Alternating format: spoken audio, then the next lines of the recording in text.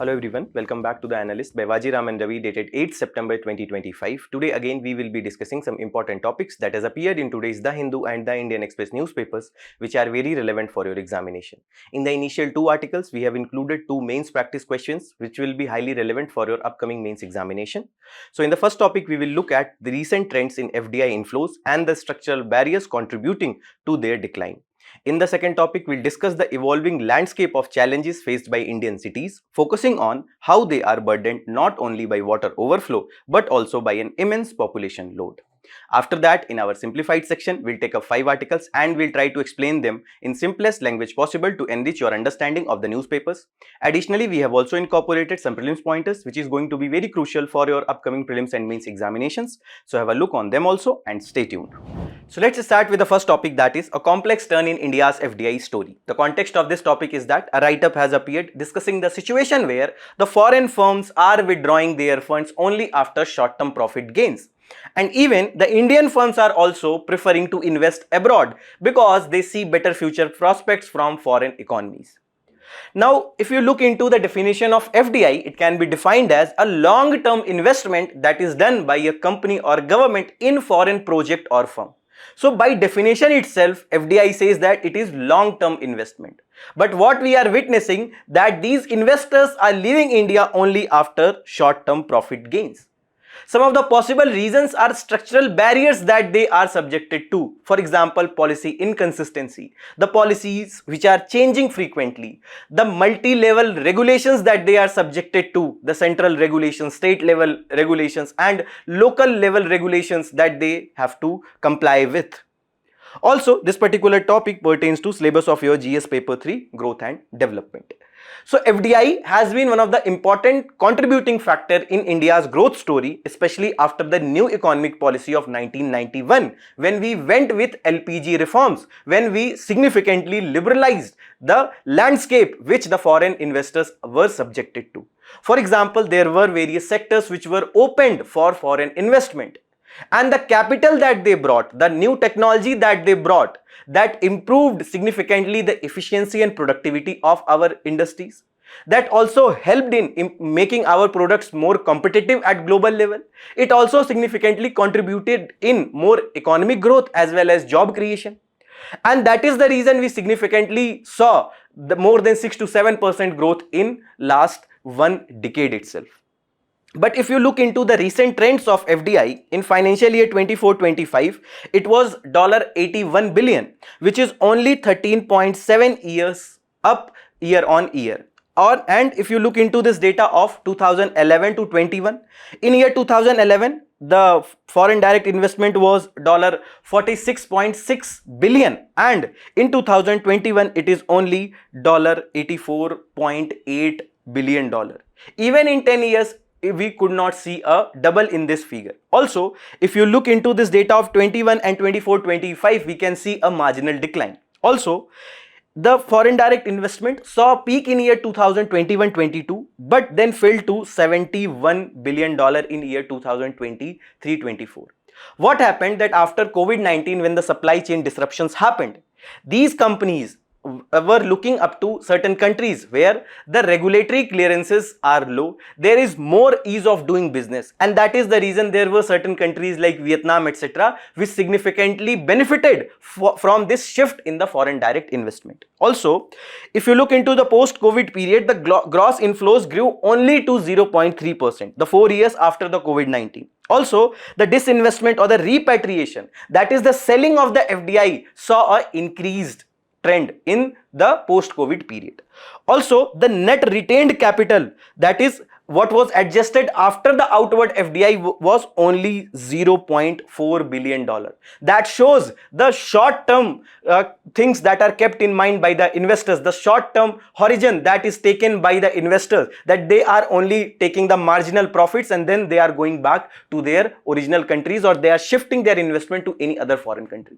Also, the outward FDI by Indian firms, the Indian firms which are investing abroad. For example, Reliance Industries invested in various shale gas projects in United States. Adani Power is investing in various other power projects in Bhutan. Bangladesh, etc. So that grew to $13 billion in financial year 2011-12 to $29.2 billion in financial year 24-25. So what is the issue that it is creating? First of all, when the FDI investment is seeing a decline, the companies will face difficulty in getting the capital that is needed for the expansion, that is needed for the growth. Let's suppose any company XYZ Limited is there. Now it need capital to expand its business. There is two ways by which they can get the capital. One is the debt route, that either they can take loan or they can issue bonds. And when bonds are the debt instruments, there will be a maturity period of bond and there will be a timely return that has to be given by the company which is issuing bond. So the person who is investing the amount in the bonds, they will be getting timely returns at fixed interval, plus they will be getting their whole money back after the maturity of the bonds. This is the liability of the company. They have to pay, they has to mandatorily pay back this amount that is invested in bonds along with the timely return at regular interval. Or they can take loans from banks, or they can take loans from external sources, foreign institutions, that is also called as external commercial borrowing. Or the second way is the equity route, that where this company can dilute some of their ownership, they can sell some of the stakes in their company, and either they can go for getting themselves listed in the stock market, NSE, BSE, by coming with their IPO or initial public offering, or an investment can also come in the form of FDI or FII investment in that company. Now here there is no liability by the company to pay back the investment that is coming in equity form. Whatever the returns that these companies will be generating, the return of that investment that came in equity form will be also proportional to that. If the company is getting profit, some part of that profit will also be given to the shareholders in the form of dividends. Whatever the growth that company will witness, that stock prices that will move up, the returns will also be proportional to the shareholders who have invested under the equity route. Now, second thing that you have to understand is the balance of payment. Under the balance of payment, we have two accounts. One is the current account and second is the capital account. Under the current account, we have trade in visibles and trade in invisibles. Trade in visibles means trade that we are doing in goods like crude oil, etc. Then in trade in invisibles, we have services, transfer payments, etc. Now, let's suppose we have all the services components or invisible components 0 and we are only trading in goods. Let's suppose we imported 100 rupees worth of goods, but we only exported 80 rupees worth of goods. That means we are paying 20 rupees from our own pocket. That means we have a deficit in trade in visibles or trade in current account because we have taken other components at 0. Similarly, in capital account under balance of payment, we have components like FDI, external commercial borrowings, etc. So whatever the net of capital account and current account that will show that whether we have a deficit or we have a surplus. And with the balance of payment surplus, that will add to our forex reserve, or with deficit in balance of payment, we may have to pay from our forex reserves. That is the reason if we are consistently witnessing the deficit, RBI may have to pay certain amounts from the forex reserves, and that may jeopardize the future coverage of import bill because we will see a decline in the forex reserves that we will have.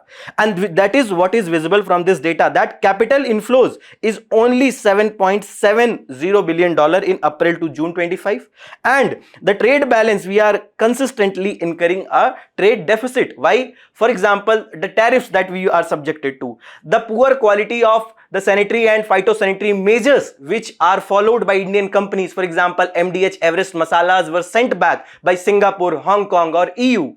Or the decline in the trade competitiveness because we are not shifting to better technologies. All that is leading to a consistent trade deficit because our products are not competitive. Other companies, other foreign companies are also improving, making their products competitive, and that is the reason the foreign companies are preferring their products. Also, the invisible balance is only $66.0 billion and current account saw a marginal decline, and that is the reason the balance of payment is not witnessing a complete improvement, and that is a concern for Indian economy. And if you look into the difference between FDI versus FPI, the foreign direct investment, here the companies actually go for direct ownership of a business or a asset, that they actually wants to have at more than 10% of the total paid up issue capital, post issue paid up capital of the company. And if you talk about the foreign portfolio investment, here they are purchasing the financial assets of the company. For example, financial assets like stocks of the company. Here under the foreign direct investment, investors seek significant control over the company or the assets. They want to participate in the day-to-day business of the company. They have a long-term horizon in their mind, and that is the reason they want company to grow. That is the reason they will be coming with better technologies. They will appoint someone in the board of the company, so that foreign direct investor can also participate in the day-to-day business, in the future expansion plan of that company. Whereas in foreign portfolio investor has little or no control over the company or the assets, because their investment is significantly less or generally less as compared to FDI investors. Also, the FDI investments have generally they are generally long-term investments, whereas the FPI investors are typically shorter terms. Generally they come for a month to years, whereas the FDI investors have many years or decades in their mind whenever they are coming with their investments. Also, the FDI investment is generally considered more riskier as compared to FPI investors. Why? Because FDI investors are subjected to more stringent regulations, whether it is for entry or whether it is for exit. For example, there is certain routes, or there are certain sectors where the automatic route is given, where without any regulation the FDI investment can come, whereas there are certain areas where there is need for government approval to bring the FDI investment, whereas the FPI investor is generally considered low riskier. Why?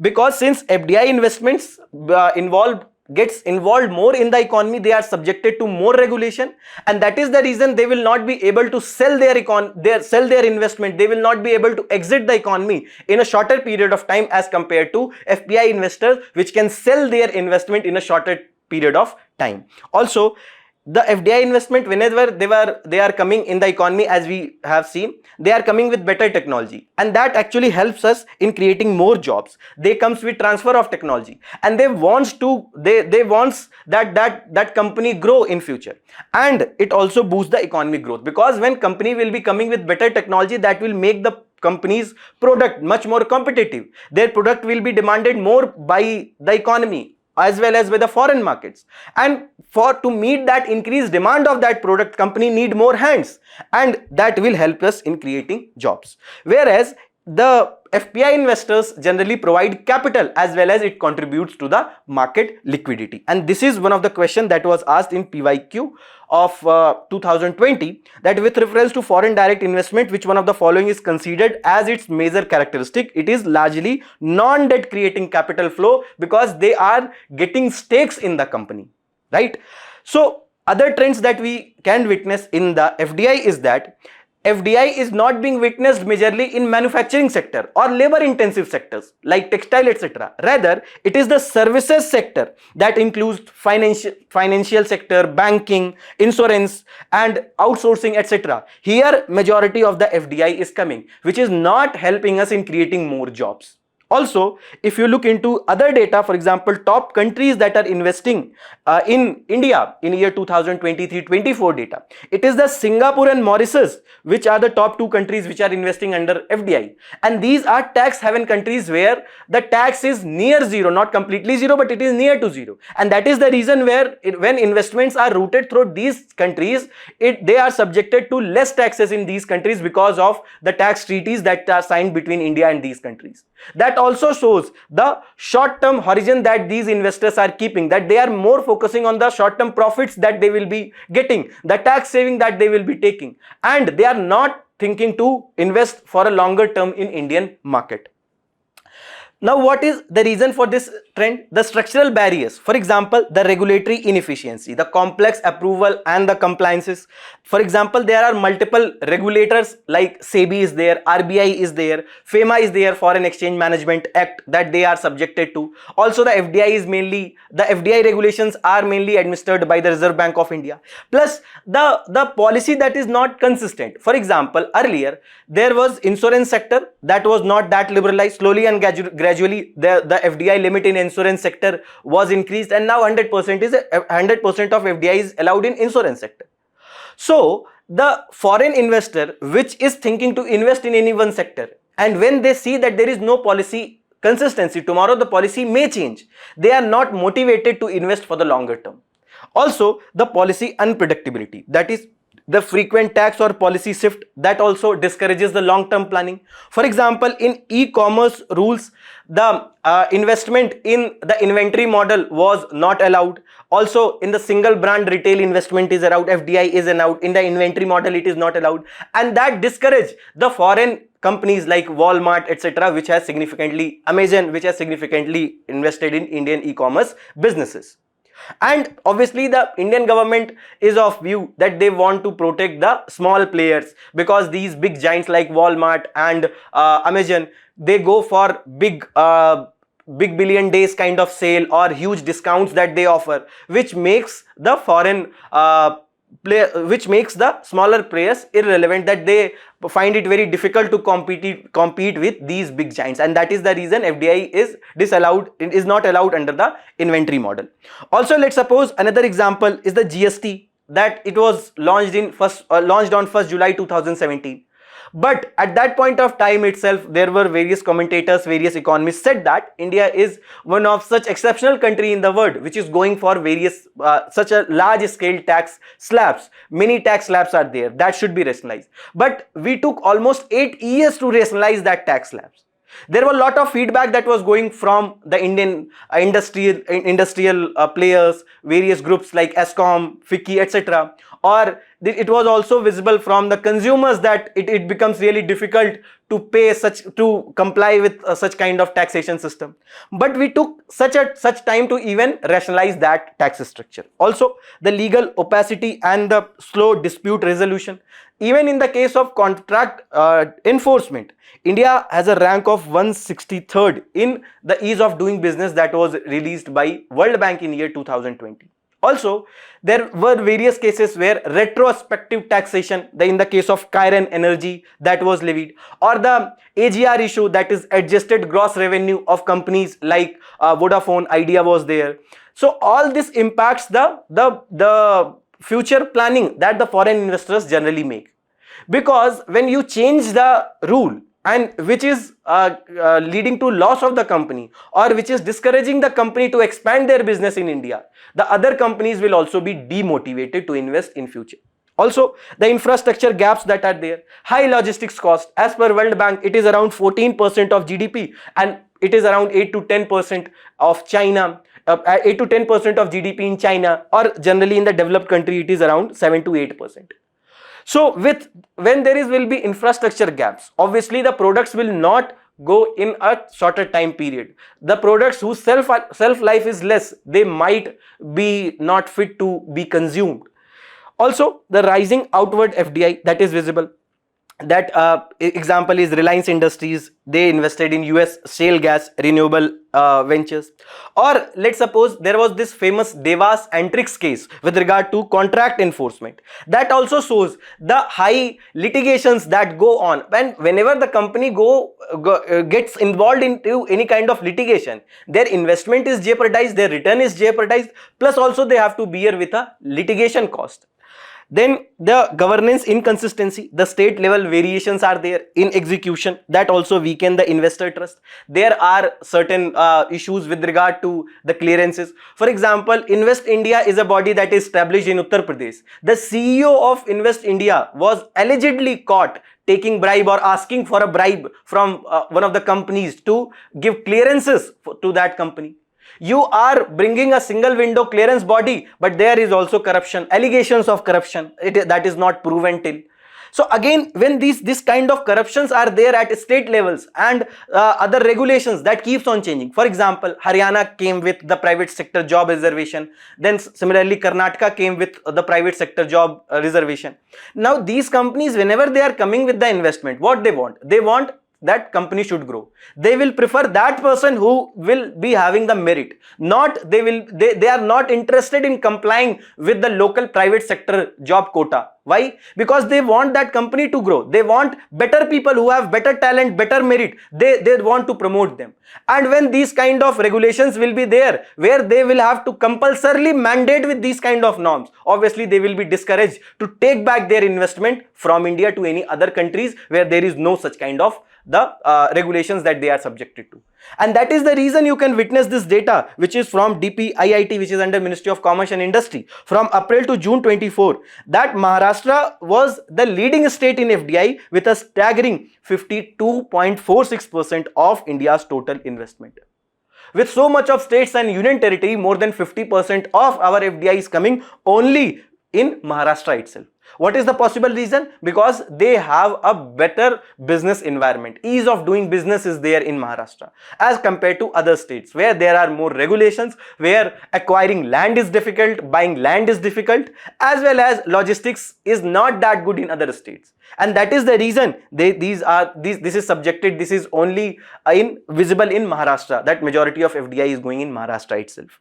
Also, for example, the Foxconn, they withdrawal because they announced a joint venture that they will be developing for the chip manufacturing, and the amount was $19.5 billion with Vedanta. But they also backed out because they cited various regulatory and execution bottlenecks that they may be facing in future.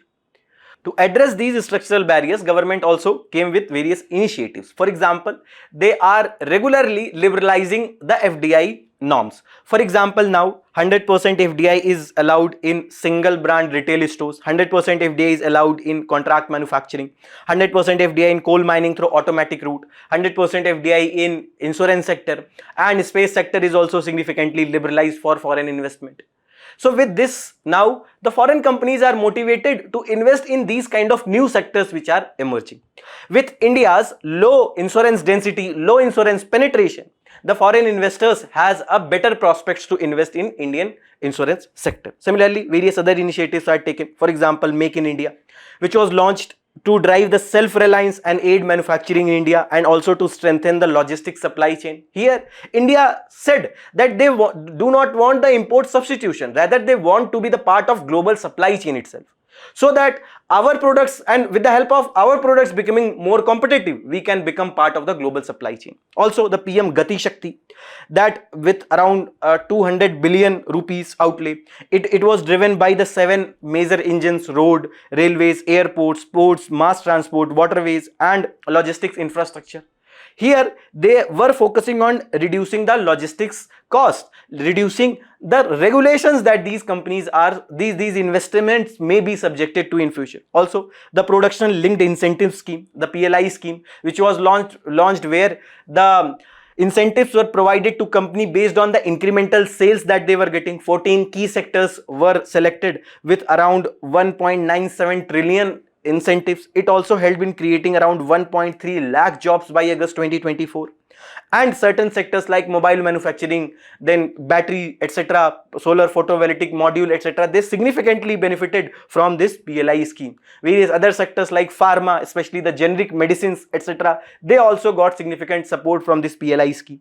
Also, the export promotion, for example, Special Economic Zones Acts, that was replaced by a new act.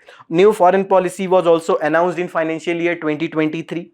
Also, government launched this national manufacturing mission, and under which the clean tech manufacturing was announced in budget 2025. The liberalized foreign direct norms, several sectors now are open to 100% FDI limit. The free trade agreements that we are signing so that we can get better market access of the foreign markets like India, UK FTA is signed. We are also significantly going for discussions with FTA, the trade agreements with various other countries like European Unions, etc. Now, what should be done? What should be the way forward? First of all, we need a policy stability as well as transparency. That there should be a clear roadmap that can actually help us in deciding the investment by the companies. And that can be only possible with a predictable framework, that this is the policy, this will be there for this much year. After that, we can review the policy, we'll take on board these foreign investors or the representatives from companies also, and based on their feedback also, we can go for changes in the policy if that will help in improving the business arena or that business environment in the country. Also, the regulatory simplification, they can be streamlined. The procedures can actually be taken to reduce the compliance burden. For example, the GST rate rationalization that we are witnessing, or Jan Vishwas bill, which was passed earlier also, and then second Jan Vishwas bill is being passed, that is decriminalizing various provisions of various acts in India. Similarly, the labor laws were streamlined. They were now kept under the 4 labor codes.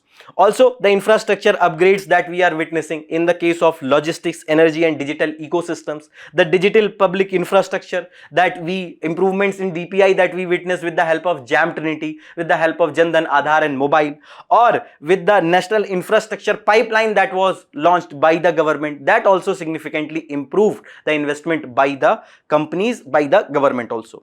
Also, the human capital investment, the investment that is being done in the skill and education. For example, Pradhan Mantri Kausal Vikas Yojana 4.0 was launched to actually improve the skills in the new age technologies like industrial, like Internet of Things, machine learning, artificial intelligence, etc. Similarly, employment linked incentive, with incentives for both employees and employers to actually go to help us in improving the formal sector jobs, and support to gig economy worker, which is part of around 7 million gig economy workers are there as of financial year 23, and it is significantly going to increase by year 2030. The social security benefits are being extended by various states, like in Rajasthan they extended the benefits to these gig workers. So here, with the more social security benefits that are given to them, with lifelong learnings, lifelong skills that they are getting, the employability of these people will be better,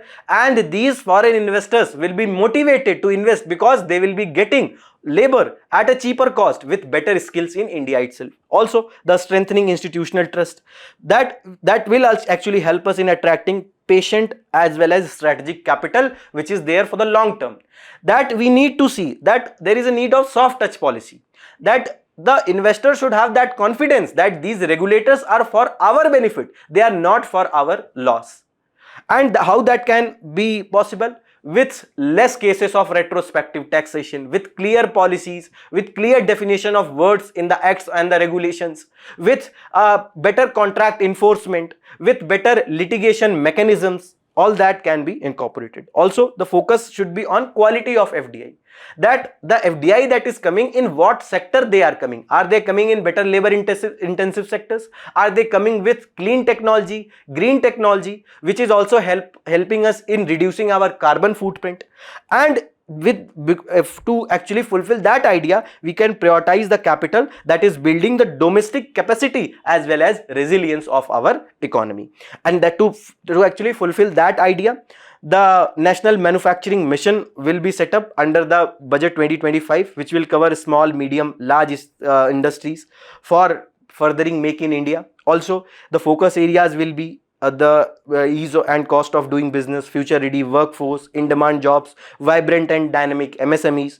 Also, it will support the clean tech manufacturing that will improve the value addition, and it will build our ecosystem for solar PV cells, EV batteries, motors, controllers, which is the new age sectors which will see a increased demand as well as increased growth in future.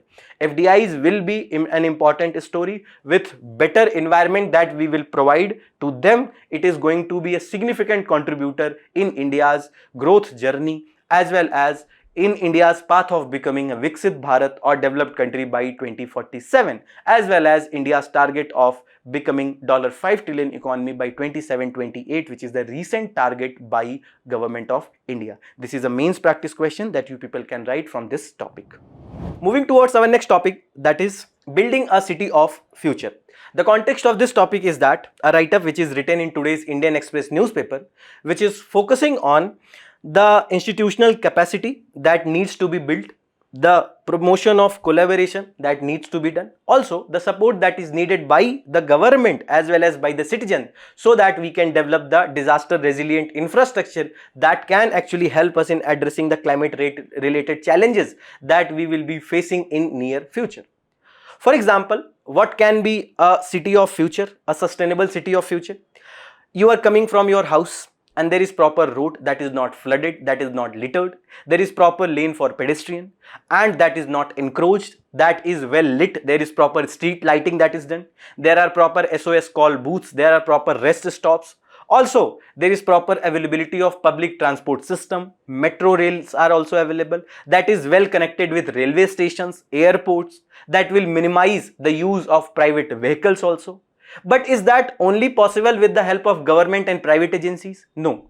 If we are littering on public spaces, which is clogging our drains, we are encroaching the wetlands, water bodies, how can we think that we will be getting sustainable and green cities?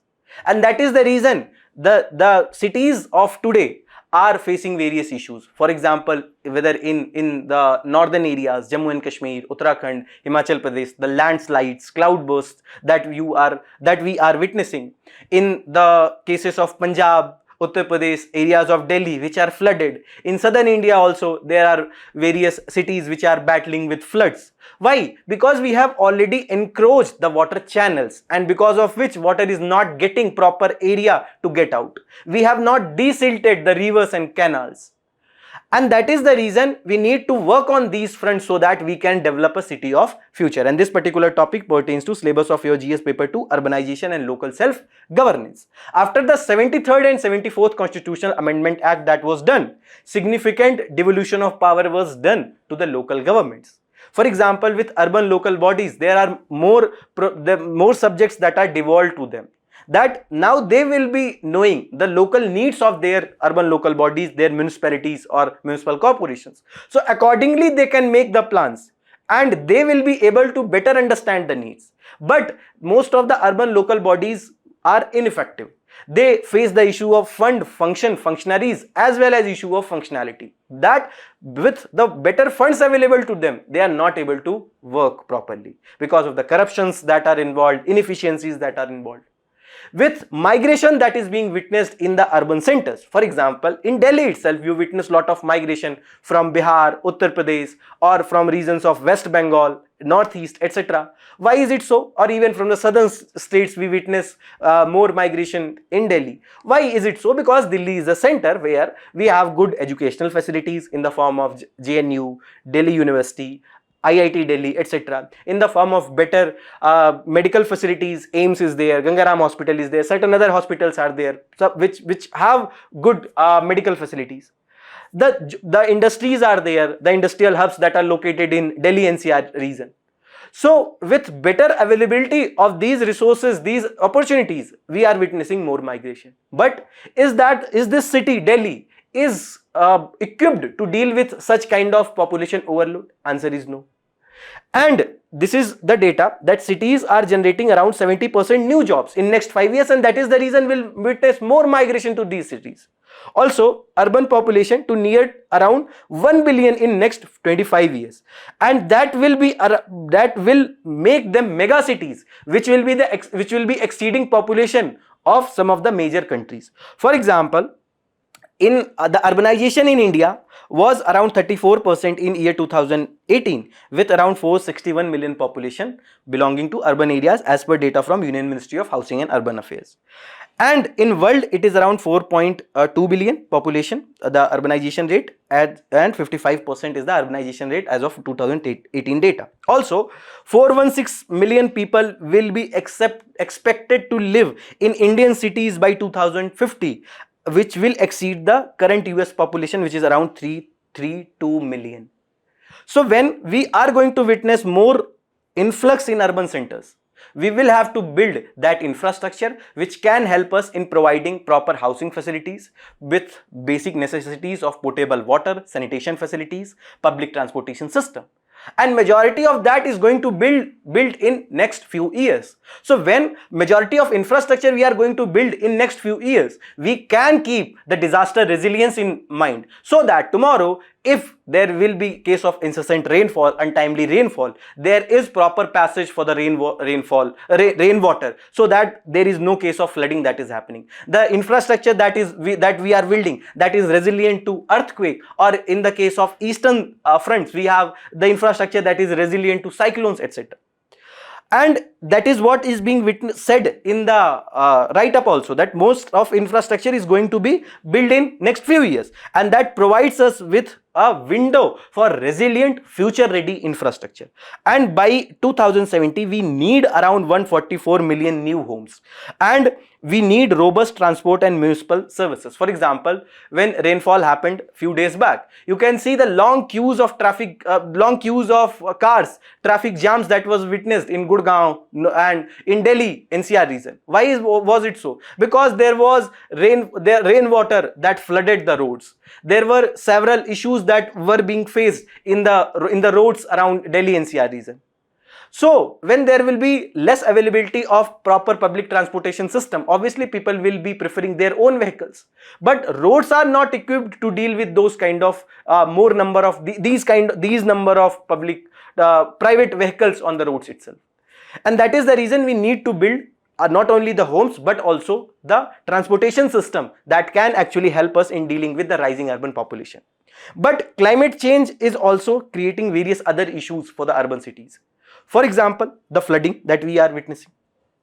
By 2030, 2/3 of urban dwellers will be facing the flood risk, and that can lead us to a $5 billion losses in year 2030 and $30 billion losses by year 2070. What is being witnessed in Punjab, that led to loss of life as well as property. What is being witnessed in certain areas, low-lying areas of Delhi region, which led to loss of crops of farmers.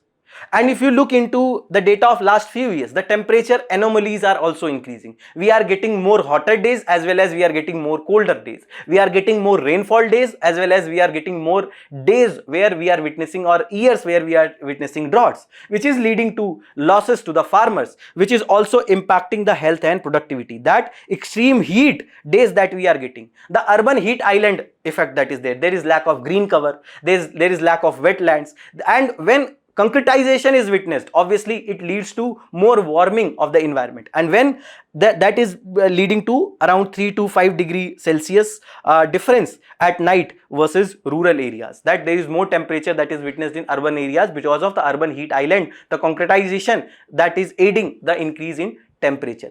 With this, when there will be more temperature, the construction workers, daily wage workers who work, they will find it difficult to work in those heat rise in temperatures or increased temperature conditions, and their productivity will decline. The health related complications, cardiovascular diseases, respiratory diseases will increase. That can also lead to mortality of these peoples or other population which is battling with respiratory and cardiovascular diseases in particular.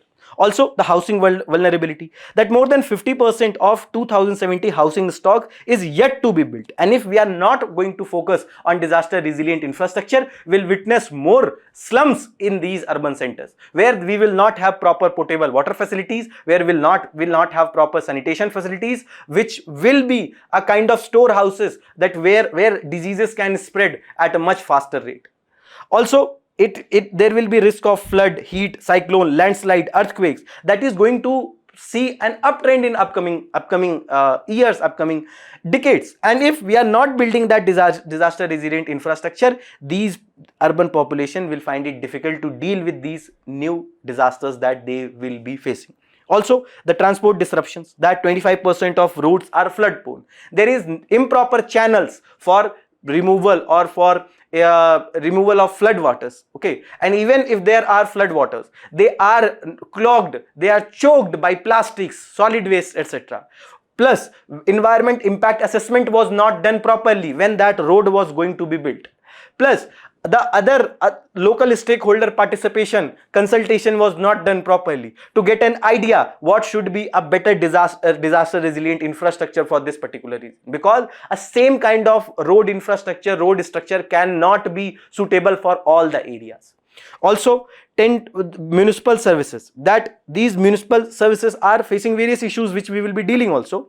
For example, there is lack of proper master plan. Master plan. Master plan is a kind of roadmap that shows that how will city grow in future. It actually decide what land can be used for schools, hospitals, housing facilities, etc. What can be the land that can be used for industrial activities. It also sets rules for the construction, the height of building, density, open spaces that is needed, the area that should be mandatorily designated for the tree spaces or the green cover. Also, it guides the government on the infrastructure need, whether it is water, transport, electricity, waste management, and it usually looks 20 years ahead and ensures that growth is organized, safe and sustainable. As of now, majority of cities do not have a master plan. And that is the reason you'll see the growth that is happening, the infrastructure building that is happening, that is haphazard. If you look into the satellite mode of Google Maps, you will see any city, majority of the urban city, there is lack of proper zoning. You will see the haphazard growth of the housing units, industries, etc. There is lack of proper zonation, and that is the reason when we generally witness various issues, the incidents of fire, the incidents of flooding, the incidents of the loss of life and property in case of any disaster that may come in future. So with rapid urbanization and population burst that we are witnessing, that 40% of population is projected to live in urban areas by year 2030. When we are not going to build proper infrastructure, not only the proper housing units, but also with proper basic necessities, we will be facing issues. For example, 1% of urban households lack access to piped water or public tap water. To address this, in rural areas, Jal Jeevan Mission was launched. 67.3% of urban Indian households are not connected to pipe sewage discharge system. That leads to more spread of diseases, etc. Also, 48% of urban water supply in India comes from groundwater, according to Center for Science and Environment, and this is data from United Nations Department of Economic and Social Affairs National Family Health Survey 2015-16, as well as from Census 2011. So, to deal with that rapid urbanization and population burst, we need a proper master plan. The policy that is not having the myopic view, rather the policy is being made as well as being implemented, keeping next 50 and 70 years in mind. Also, the lack of coordination between multiple agencies, the central government, state government and urban local bodies. For example, in the case of the Delhi itself, there is electricity department, then there is the Delhi Jal Board, etc. There is no coordination between them. Once one agency will come, they will dig up the road for drainage system, another will come for the electricity, etc. There can be a coordination between them that will also help us in saving the resources of exchequer. Also, the lack of sufficient architect and engineers. As per various data available in the public domain, that India is only producing 20% of the requirement of architects. Also, the lack of public participation. For example, we have the plastic waste management rules which bans the use of single-use plastic. But are we not using that single-use plastic? There is solid waste management rules which mandates the segregation of waste at source itself, the wet waste, dry waste, etc. But are we segregating that? So when there is public apathy, when we are not participating fully, obviously it will be very difficult to address the challenges. Also, the other warning signals about the urban areas, that 30 Indian cities will be facing grave water risk. By 2050, the report by World Wide Fund for Nature said this, that 30 of Indian cities will be facing grave water risk. 50 million people in 15 cities lack access to safe, affordable and drinking water. This is said by a report of UNICEF. Also, every 6th urban Indian lives in slum and 4 out of 10 slum dwellers don't have access to drinking water. This is again said by the report of WWF and UNICEF. So, that is to address all these evolving needs, we need a infrastructure that is not only providing the housing but also fulfilling the basic necessities of the people. Certain other challenges at implementation stage itself, for example, overburdened or negligent urban local bodies. They are facing issues. For example, majority of their resources and energy is getting wastage in few works like collection, segregation and disposal of solid waste. Understaffing that they are facing. And negligent behavior, that only 40% of drains under the Municipal Corporation of Delhi were desilted until night before downpour. This is the data of last year. Now, India will be getting monsoon every year. These people who are at the responsible positions in MCD, they will be also knowing this thing, that India will get rainfall in certain months of a year. So why should we wait for rainfall to happen, flooding to happen, and then we will be desilting? This desilting can happen before raining season starts. But why that doesn't happen? Because there is no accountability that is fixed. The responsible persons are not penalized. There is no punitive actions that is taken against these responsible persons, and that is the reason these people are not motivated to work in an effective manner. The congestion that is witnessed in majority of the cities, whether it is Mumbai, Delhi, or other urban local centers, we need proper infrastructure, we need proper planning. The traffic planning doesn't happen. There is lack of proper traffic police at the major centers, which can actually help us in managing the traffics properly. Also, the poor quality of material or substandard material that is used, that led to the collapse of Morbi Bridge in Gujarat, which led to death of more than 140%. The collapse of bridges that we see, that we listen from Bihar or certain other states. Again, the patches that we start to witness in any of the road that is just inaugurated few months back. Also, the lack of periodic maintenance. The agencies which is designated for maintenance, they doesn't work properly, and that leads to certain accidents. For example, a pillar was collapsed at Delhi airport last year, which led to death of one cab driver at that Delhi airport itself. Also, the lack of mandatory timely safety audit, the corruption involved in this. The agencies which are mandated to do audit, they are not equipped to do proper audit. Also, the lack of proper technology to understand the nuances in the balance sheet, etc. Also, the lack of strict punitive measures. The regulations, they are not followed because there is lack of proper oversight mechanisms. Also, the people who are using substandard material, who are not adhering to the norms, when they are not penalized properly, they do not get proper punishment. Obviously, this discourages other people also to go for using the good quality materials or following the norms properly. Also, the public apathy, that the public doesn't understand that it is not only the responsibility of government to build a proper infrastructure. Until and unless there will be participation of public, it will be very difficult to manage the overall public infrastructure properly. There are various initiatives that government took to address the issues of urban areas. For example, Smart Cities Mission, which was launched to develop cities with a focus on technologies, sustainability and citizen engagement. This was launched in 2014. Then Atal Mission for Rejuvenation and Urban Transformation, Amrut Mission, that provides basic urban infrastructure like water supply, sewerage and public transport. Swachh Bharat Mission Urban, that helped us in achieving open defecation free status, also improving the solid waste management, also using the grey water, etc. Pradhan Mantri Awas Yojana Urban, that mandate that called for providing the affordable housing to all urban households by year 2022. Then Hirday scheme, that is Heritage City Development and Augmentation Yojana, preserving and revitalizing the rich cultural heritage of Indian cities. Deen Dayal Antyodaya Yojana, National Urban Livelihood Mission, that empowers urban poor through skill development and livelihood opportunities. Namaste scheme, which is providing the proper technology as well as other equipments for the sewage workers, so that the use of humans to actually deal with the drainage systems can be minimized. All this is being done. What should be the path ahead? What should be done? First of all, there should be a proper zonation. There should be a master plan that should be built for every city. There should be a proper zonation that should be done. The area clearly should be designated where there should not be construction. For example, few years back in year 2019, the CRZ regulations were floated, and that is the reason some of the apartments were demolished in Kerala, because they were not following the CRZ rules, and they were demolished after the Supreme Court gave a judgment. Similarly, twin towers were demolished in Noida after a judgment came from Supreme Court, because again they were not following the norms. The two towers were very near.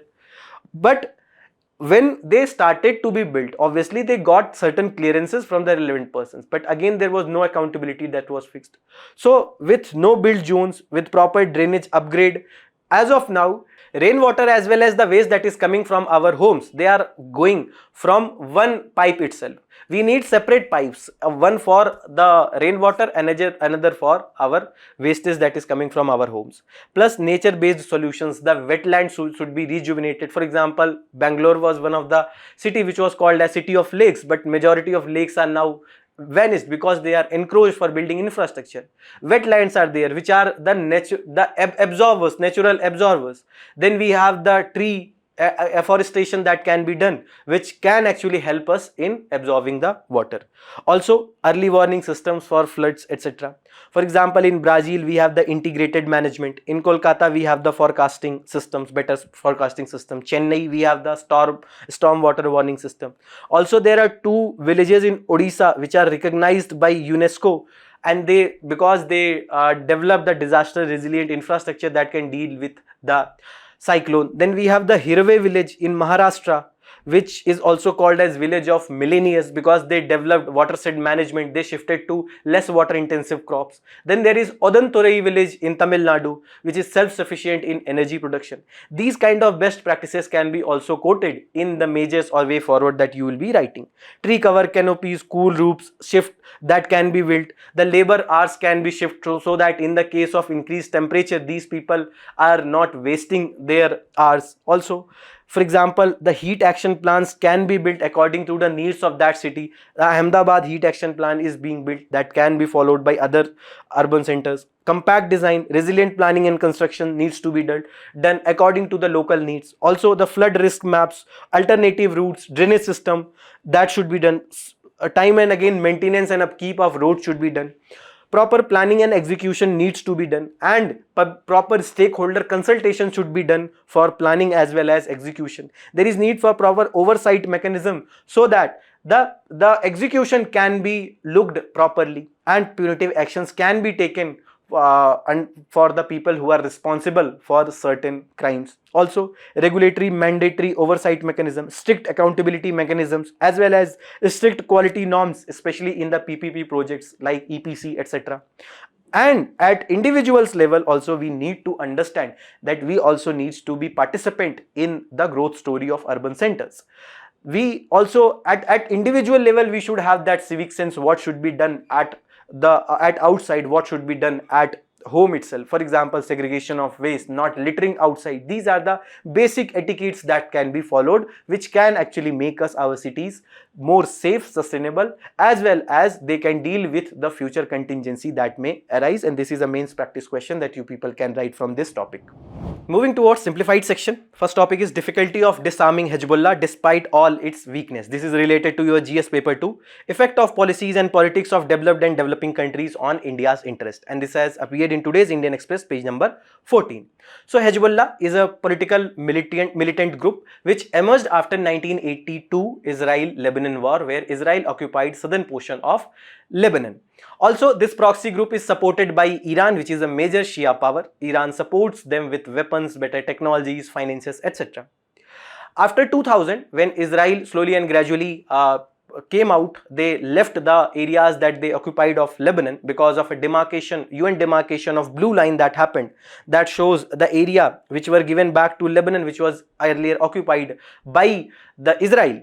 But there were certain reasons which are still disputed, like Sheba farms, which Israel didn't leave, and that led to continued resistance from the Hezbollah. But what happened? The United National Security Council on August 31 voted to begin an orderly and safe drawdown and withdrawal of UN interim force in Lebanon, which was there to curtail Hezbollah.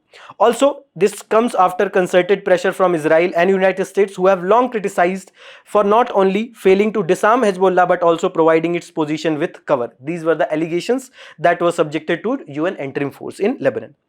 On September 2, US envoy to Lebanon said that they floated a proposal for creation of economic zone in southern Lebanon in order to facilitate the Lebanese state efforts to disarm Hezbollah.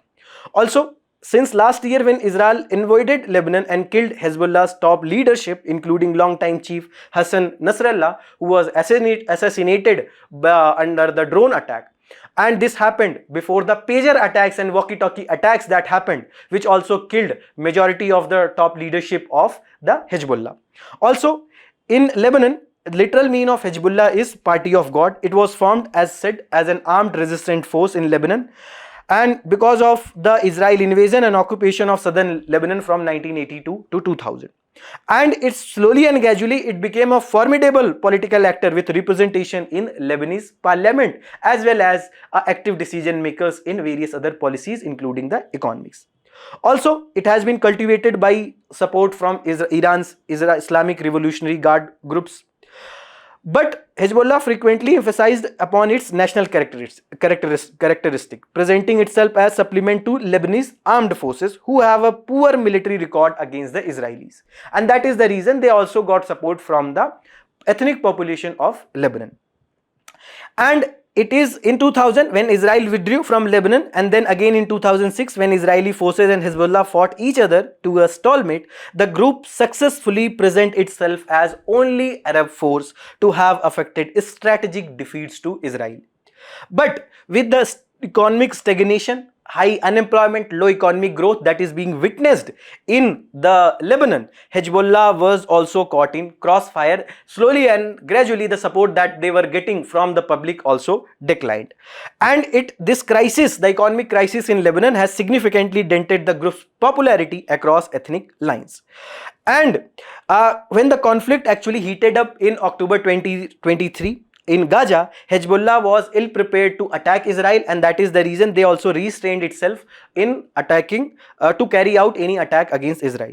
Also, when Israeli forces invaded Lebanon in last October, again Hezbollah faced far more significant losses than during the earlier period of 1989 to 2000.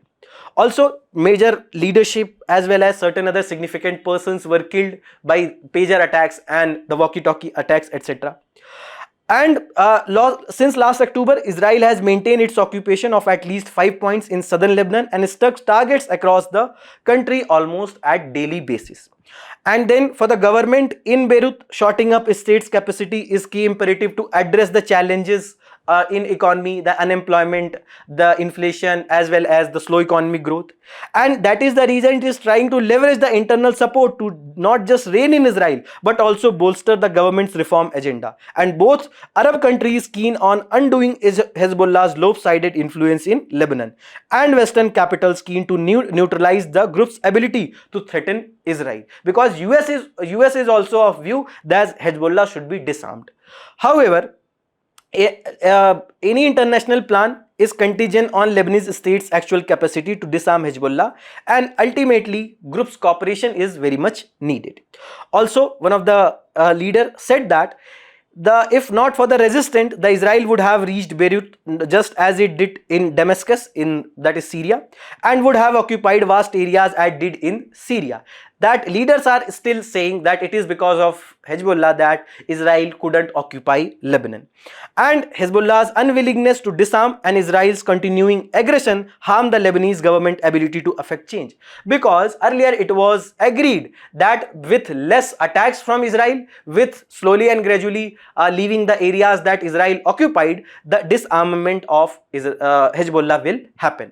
Also, these are the countries which are bordering the Lebanon. Kindly keep this in mind, because there can be one question about the bordering countries of Lebanon, and this is the blue line between the Israel and Lebanon, which is UN demarcated. Also, the axis of resistance that you can keep in mind, which is a loose network of both militant groups and state-controlled armed forces in Middle East, which are supported by Iran, which are proxy groups. For example, Houthis in Yemen, or the Badr organization, or this is the Lebanon in Hezbollah, or in Gaza it is the Hamas, etc. These are the parts of axis of resistance.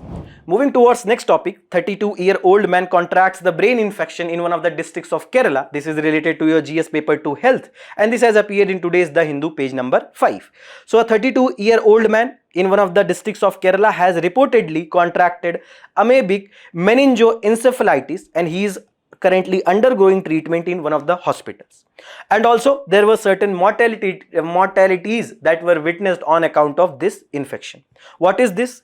So this is caused by this Naegleria fowleri infection, which is rare fatal brain infection, and primarily it is caused by Amoebic Meningoencephalitis, and it is caused by the free living amoeba, that is Naegleria fowleri, which is available in warm fresh waters like lakes, rivers, hot springs.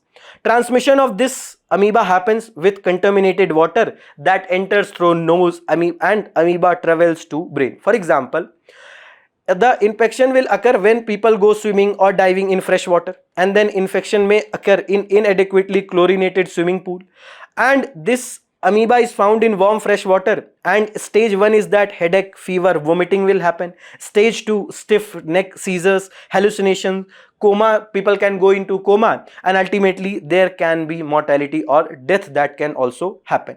And this contaminated water which is entering through nose is helping in journey of this amoeba from nose ultimately to brain, and this is also called as brain eating amoeba. Next topic is that undersea cables at Red Sea disrupted, and that has also disrupted internet access across part of Asia, and this is related to your prelims places in news, and this has appeared in today's Indian Express page number 12. The internet connection that we are getting, that is based on different platforms. For example, satellite based internet is there, then optical fiber cable is there, that is land based cables, or sea based cables are also there, which is providing stable as well as consistent internet connection. But undersea cable cuts in the Red Sea has disrupted internet connections across part of Asia and Middle East, and it wasn't immediately clear what exactly caused the incident. What was it, from any of the attacks from any of the militant groups, or it is just a accident? And there has been actually earlier concern also because of the continued threat from the Houthi rebels from Yemen, and it is one of the backbones of the internet along with the satellite connections and land-based cables. And typically internet service providers have multiple access points, and they reroute traffic if one of the platforms actually fails, and still it can slow down the internet connection. It can lead to inconsistent internet connections. Also, Southeast Middle Asia, Western Europe 4 cable is run by the Tata Communication, which is part of the Indian conglomerate. India Middle East Europe corridor is run by another consortium overseen by Alcatel Submarine Networks. Now, what are the countries that are bordering Red Sea? You can remember with the help of this trick, that is EDEZ. Eritrea, Djibouti, Egypt, Sudan and Yemen. These are the bordering countries of Red Sea. Time and again UPSC does ask question related to places in news. They have already asked certain questions related to the bordering countries of major water bodies. For example, they asked about North Sea in 2024. So there may be one question related to Red Sea also. Moving to next topic, that is TRAI, that is Telecom Regulatory Authority of India. This is related to your GS paper 2 statutory bodies, and this has appeared in today's The Hindu page number 11. So the Telecom Regulatory Authority of India has rejected an application by one of the leading political parties, and the application was that they wanted to send text messages to Maharashtra cadre of that political party with the link to a documentary on how the 2024 Maharashtra Assembly election was stolen, party spokesperson said. But the TRAI didn't allow that to happen. So it is a statutory body which was established by TRAI Act of 1997, and the mission of this is to foster telecom growth and enable India's role in global information society. The objective is to ensure fair, transparent, competitive market and level playing field for all. Also, it ensures that tariffs are properly maintained, they are not too high. Also, the interconnection, quality of service, DTH, mobile number portability, all that is regulated by the TRAI. The composition and tenure of TRAI, the members, it includes chairperson plus 2 whole-time members plus 2 part-time members who are appointed by Government of India itself. And the tenure is 3 years or till 65 years of age, whichever is earlier. The chairperson is head of TRAI, and he has general superintendence, and he actually presides over majority of the meetings that happens. But if there will be absence of the chairperson, the vice chairperson can act as chairperson, and he is also appointed by the Government of India. Also, one of the major initiative that TRAI continued support to the net neutrality, that also we can just have a quick look, that under the net neutrality, the all traffic on the internet should be treated equally. For example, let's suppose you are going for a 100 rupees recharge, which is only providing access to Facebook and WhatsApp. With 200 rupees recharge, you are also getting access to YouTube. This is against the net neutrality. Or let's suppose the internet service provider is on his own discretion is reducing the speed. That is against the net neutrality. So net neutrality, which is also supported by TRI, says that there should be no blocking. Yet your internet access provider cannot block you from access any legal content from at your choice at your place itself. Also no throttling, that your internet service provider cannot intentionally throttle the legal internet traffic to slower the speed than the other traffic. Also, no paid prioritization, that he cannot sell fast lane service to content provider who can pay more than others. All this is not allowed under the concept of net neutrality. Next topic is that advanced radars along the northern and western borders to boost drone shield. This is related to your GS paper 3 defense, and this has appeared in today's The Hindu, page number 14. So with the Pakistan sending swarms of drones or a lot of drones that tries to overpower the air defense system during Operation Sindoor, the Indian Army is preparing to plug gaps in its air surveillance network along the northern and western borders with advanced radars, and they gave various orders for this. For example, new radar system that the army plans to procure are designed to detect, track and engage aerial objects with low radar cross section. So radar actually sends radio waves which helps us in tracking the objects, in getting the location of that object, speed of that object. The radio waves that are sent, they strikes that object, and then when they comes back, they gives an idea about the speed as well as the type of object which they strike. With lower radar cross section, that means we are getting less idea about that particular object. But with new advancement in the radar system, the new kind of procurement, we can also get an idea about the objects which have low radar cross section. Also, this will make them harder to spot, and these systems will be integrated into Akash Tir Air Defense Network, which was developed by Bharat Electronics Limited with support from ISRO as well as DRDO.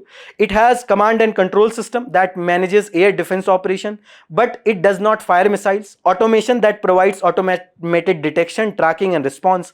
Sensor integration that fuses radar and sensor data from Army and Air Force unit. Decentralized operation that allows field units to take actions independently. Also redundancy and upgrades that includes backup communication and upgrades. Also mobile and static use, that they are also deployable on vehicles, that they can be mounted on various vehicles and they can be also used in fixed locations. So they helps in monitoring low level airspace battles as well as they helps in efficient control of ground based air defense weapon system.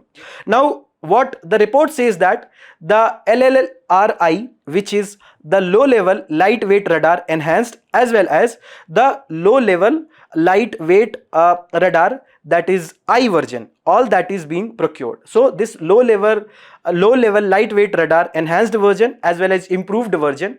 So I version will be 3-dimensional active electronic scanned array radar, which contains lot of antennas to get signals, and that it will have commander's display unit, target designation system and integral power supply.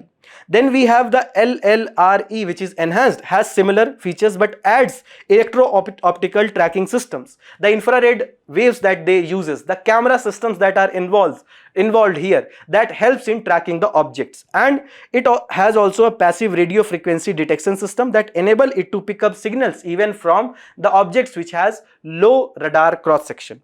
It includes swarms and transmits target to weapon system up to 10 kilometers.